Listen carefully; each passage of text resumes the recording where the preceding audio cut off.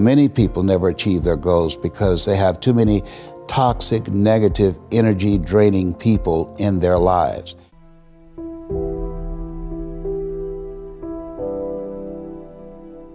You have to have goals outside of your comfort zone that will challenge you, because in order to do something you've never done, you've got to become someone you've never been. And you got to have a mentor who's experienced, who's been there, done that. And as a result of that relationship, because you can't see the picture when you're in the frame. Muhammad Ali said, "I'm the greatest," but he never won a championship without Angelo Dundee. And Michael Jordan never won a championship without Phil Jackson. So you've got to have someone that can see something in you that you can't see, that can take you to a place within yourself that you can't go by yourself. And I love the quote that life is a fight for territory, and once you stop fighting for what you want, what you don't want will automatically take over.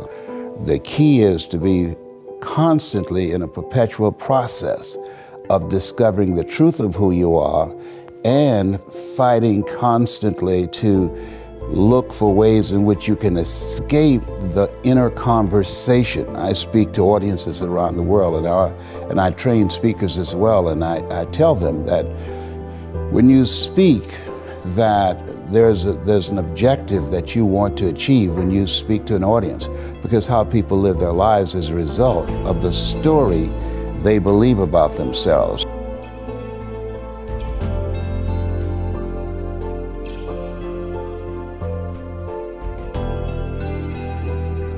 But that's an ongoing process of constantly interrupting that conversation, what psychologists call your self-explanatory style, because life is going to beat up on you in so many ways, and many things, they come back, negative thoughts and how you feel about yourself, they don't die.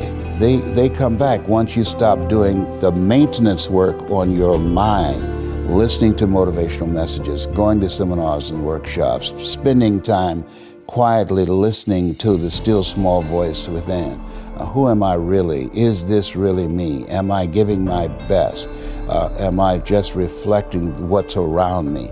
Because all of these various things affect how we show up in life. And so having a strategy to continuously find ourselves reaching higher.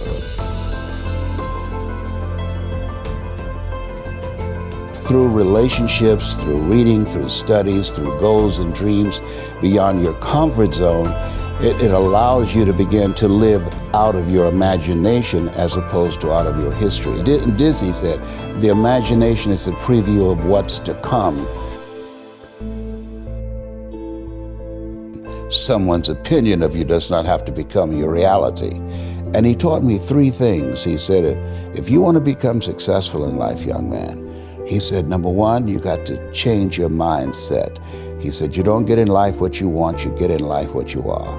Number 2, practice OQP, only quality people. You earn within $2,000 to $3,000 of your closest friends. I found that out. I left all my broke friends. I said, y'all gotta go. Because I used to be so broke, I'd pass the bank and trip the alarm,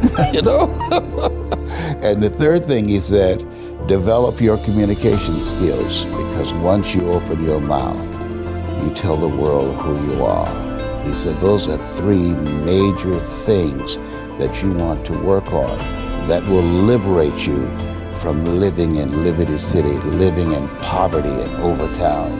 It will help to escape out of where you are right now, because I see you watching me and I know you want more. I can see the hunger in your eyes. That's why my book is about to come out called You Gotta Be Hungry.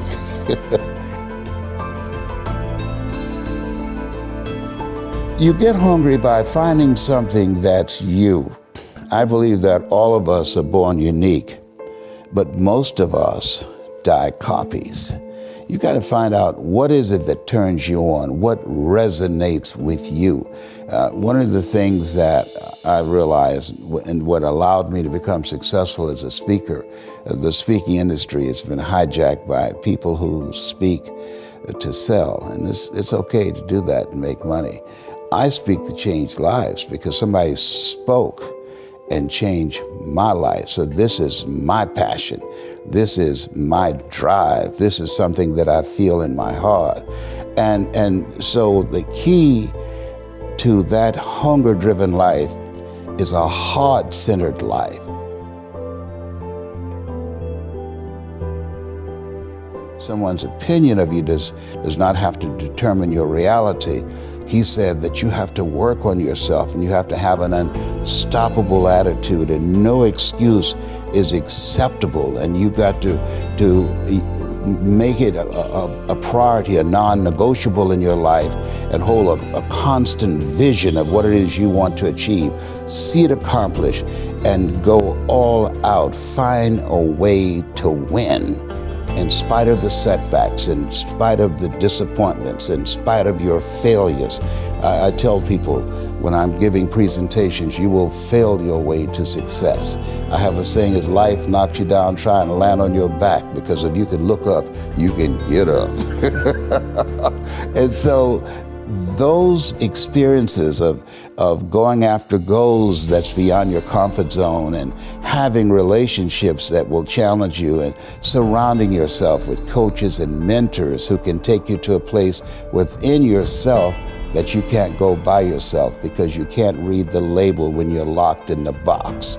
And so those experiences, they challenge you to go to that next level and continue to move forward in your life, doing new and exciting things that eye has not seen, ear has not heard, nor has entered the heart of mankind what God has in store for you when you live a heart-centered life, deciding that you're going to live a life that will outlive you. You're going to live a life that counts, a life that will build a legacy and change the planet.